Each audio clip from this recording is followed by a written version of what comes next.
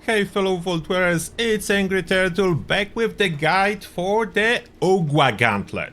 It is the best looking weapon from the latest update that you can obtain by successfully completing Beast of Burden event that is currently on the full event rotation, which means it's not popping very often on the map. If you are looking for it, where it will appear is here. Sacramental Glade. So if you see event in there, you can obtain the weapon this way. You cannot craft this weapon, unfortunately, so you need to get lucky and drop legendary Ogua Gauntlet. What I have here is after rerolling, as luckily this weapon's legendary can be changed. How this weapon is dropping by default? Unfortunately, by default it's a Juggernaut, swing speed, and 1 endurance. So, not the best roll. The Juggernaut is unfortunately very weak prefix. It's one of the weakest. Which is really bad news for everyone that is planning to ever use it. Now, what is available in regards to modifications and how it compares with other weapons? Let's take a look. So, the modifications available is heavy, that gives you some extra damage and crippling ability, or puncturing. The weapon by default comes with 20% more damage, and this is based on the original weapon it is based on, which is a bear arm.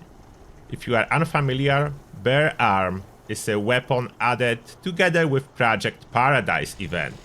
And because of that, unlocking heavy and puncturing modifications is quite hard, as those are rare plans dropping from Project Paradise. And to counter it, the good news is the weapon itself is tradable, so you can ask someone who have those plans and can modify it to do it for you. If you are looking to unlock all the plans, and if you don't know where the Project Paradise is triggering, it at Arctos Pharma. As well, full rotation cannot be manually triggered, so when you notice event in here, you need to do it and successfully complete it with all animals to get a good chance for a plan, and this is tough. It's basically unsolvable. It's almost impossible to solo it, so you will need help there. That's why it's hard to unlock those plans. Now, how it compares. Of course, it's better than a bear arm by 20%, so comparison to bear arm will not tell you much, but let's compare it with its closest competition, and that is Power Fist. I have one Power Fist.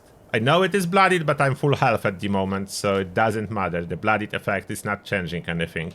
Modified with similar puncturing mod, it's the same 15% armor penetration, damage is 249, and back to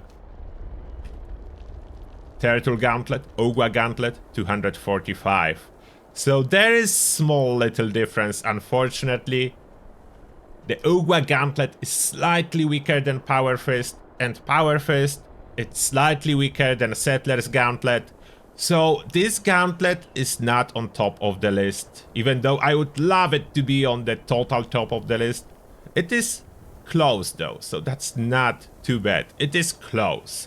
Now, how will it perform in combat if I try to go full health melee build? I know you can perform way better if you go bloodied, unyielding armor, but in that case scenario, any unarmed weapon will be performing great. And it's really hard to see actual performance when you fully boost. So I will go and demonstrate it with full health build. The full build is coming as well. I'm adding a finishing touches to it. So soon you will see the full turtle build as well. I currently don't have any food to boost my damage, so I'll be using anti-armor, swing speed, weightless turtle gauntlet on the super mutants. I would love to use the power attack instigating, but power attack is still failing to register properly. I'm wearing a torn armor, that's why you can see so much bleed damage. If I can get a good hit on the head, It will be 1 or 2 hits, sometimes 3. My adrenaline will kick in now. And at this point, when they will be shooting me to activate my taking 1 for the team, I should have like 2-hit kill, almost, with explosion. 2 to 3 hit kill. If I would boost with food, it will improve, and I could kill them in 1, sometimes 2 hit. Now, if I switch to instigating power attack, that's the other gauntlet. And yes, I will be using those gauntlets much more in the future, as this is the right gauntlet for a proper turtle build.